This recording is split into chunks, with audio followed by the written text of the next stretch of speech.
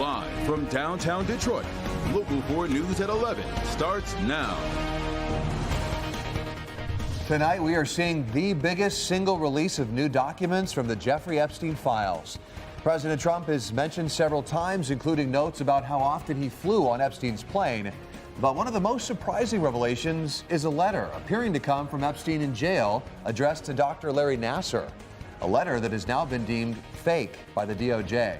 Thanks so much for joining us at 11. I'm Ty Steele. I'm Kimberly Gill. Nassar, Michigan State University sports doctor, convicted of sexually abusing hundreds of athletes, was sentenced to life in prison back in 2018. The letter was sent just days after Epstein was found dead in his jail cell. And after the release, the DOJ was quick to say the letter is fake. Noelle Friel digging into this story for us tonight. Noelle, what else did you find out? Yeah, that's right. That letter was reportedly found returned to sender in the mailroom of the jail where Epstein was being held weeks after his death and was flagged for the FBI. After promising to investigate the letter, the DOJ quickly concluded it was fake. The Department of Justice claiming a note that appeared to have been sent from a jailed Jeffrey Epstein to Larry Nassar was faked. The note says, "Dear Ellen, as you know by now, I have taken the short route home." It then tells Nassar, "We shared one thing, our love and caring for young ladies and the hope they reach their full potential." The letter references President Trump, stating, quote, "Our president also shares our love of young, nubile girls." In a statement, the Department of Justice said the handwriting doesn't appear to match Epstein's, and the letter was postmarked 3 days after Epstein's death out of Northern Virginia when he was jailed in New York. Also saying the return address didn't list the jail where Epstein was held and didn't include his inmate number, which is required for outgoing mail. Your decision to assault was precise, calculated. Nassar was sentenced in 2018 to 40 to 175 years in prison after he admitted to sexually abusing some of the nation's top gymnasts for years under the guise of medical treatment. The DOJ wrote in a post on X, "This fake letter serves as a reminder that just because a document is released by the Department of Justice does not make the allegations or claims within the document factual." The department has said some of the documents released in the Epstein files contain untrue and sensationalist claims about the president that were submitted to the FBI before the 2020 election. One Epstein accuser says the focus has been taken off the survivors and into the political arena. We are not a hoax. We are not lying.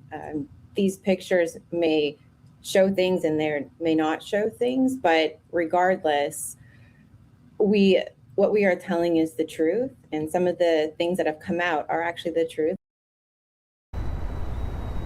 We have a full breakdown of the contents of the letter and the DOJ's response over at clickondetroit.com. Reporting live, Noelle Friel, Local 4. Thank you for that report this evening, Noelle. We appreciate it. And the newly released files are shedding light not just on Jeffrey Epstein, but also on his close associate, Ghislaine Maxwell. Among the documents is an email exchange from August of 2021 where Maxwell writes to someone known only as quote unquote A. The person starts by saying, "I'm up here at Balmoral summer camp for the royal family," and then asks, "Have you found me some new inappropriate friends?" Interestingly, the email address matches one listed under a contact named Duke of York.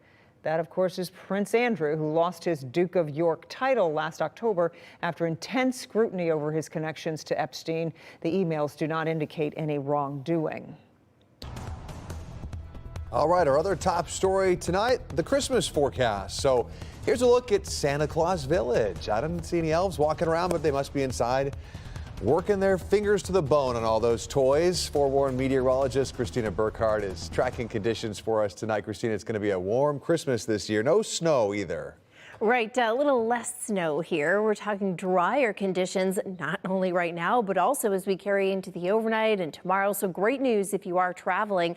Temperatures at the moment sitting a little above normal. We've got middle upper 30s out there, 37 in Belleville. We're at 39 in the city airport, 35 in Pontiac. Adrian coming in at 38 degrees. It's a little bit of a light breeze. We had that with us earlier today along with sunshine that helped to give temperatures a boost into the upper 40s, low 50s. Wasn't quite enough, though, to break any records. That record high for today was 59. You can see it's in the 60s for the next couple of days, and we won't be anywhere near record-breaking temperatures as we look to stay a little more seasonable. We are dry right now all throughout the Midwest, Ohio Valley, even into the Pennsylvania, New York area for the most part. So again, not bad for travelers, and that'll be the same into tomorrow. Forecast low for tonight, middle upper 20s. Clouds are going to increase as we look at that light breeze sticking around with us. As for your weather headlines, some clouds tonight. We're talking the slight chance for wintry mix Wednesday night, but we're really concerned about Thursday night and Friday. More on that coming out. Thanks, Christina. These are Mike Duggan's final few days as mayor of Detroit. Today, he did not say goodbye. He took some time to reflect on what's changed during his 3 terms leading the city. Will Jones takes us to the mayor's final press conference today and shares Duggan's message to the city. There were a lot of smiles this afternoon at the press conference announcing the budget surplus for the city of Detroit. It's a good way for Mayor Duggan to wrap up his time in office and a good start for the incoming administration. I can't imagine a better gift on December 23rd than the fact that we just received the official audit for 2025. The city of Detroit has had 12 balanced budgets, 11 surpluses over the last 12 years. The surplus for the 2024-25 fiscal year is about $105 million, much higher than the initial projection of $60 million. The city's chief financial officer explained how it happened. This was one year when our revenues met the budget, so there was not really a surplus that we could count on with our revenues as we have in the past. So really this $100 million is the result of our departments being strategic with how they managed their departments, how they spent their funds. Mayor Mike Duggan is wrapping up his final days in office after 3 terms. The next mayor, Mary Sheffield, will determine how to use the surplus. Here's what she had to say about that. My focus will always be clear: protecting Detroit's financial stability, continuing to build our reserves, and making strategic investments that strengthen our neighborhoods, improve essential services, and support long-term growth. But Sheffield knows there could be challenges ahead when she walks through this door as mayor because of the national economic landscape. I asked her what her approach will be. Of course, we want to remain the course that we've been on, which is trying not to do cuts or have any direct impacts to our employees within the city of Detroit. And so we will be very strategic and thoughtful. Sheffield announced today that City Council member Fred Durhal will be joining her administration. He used to be a state lawmaker. He's going to be working with Lansing to bring more resources to the city of Detroit. From downtown, Will Jones, Local 4. All right, Will, thanks a lot. And just a few days ago, Rhonda Walker sat down for a one-on-one conversation with Mayor Duggan to go over his time in office. You can watch Duggan's entire exit interview right now on clickondetroit.com. New tonight, Washtenaw County Sheriff Alicia Dyer is taking legal action to stop what she calls an unconstitutional takeover of her office by county officials. Sheriff Dyer filed a lawsuit against county leaders, including the county administrator, to block a recent resolution that transfers oversight of the sheriff's office HR department to the county. Dyer says this move violates the Michigan Constitution and interferes with her ability to do her job. The county says it took the step after hearing reports of a toxic workplace inside the sheriff's office. We'll keep following this story as it continues to develop. Greektown's Monroe Street project reached a new milestone just in time for Christmas. The intersection reopens to traffic tomorrow at noon as crews finish the first phase of a major makeover. The transformation includes wider sidewalks, new safety barriers, and improved lighting throughout the district.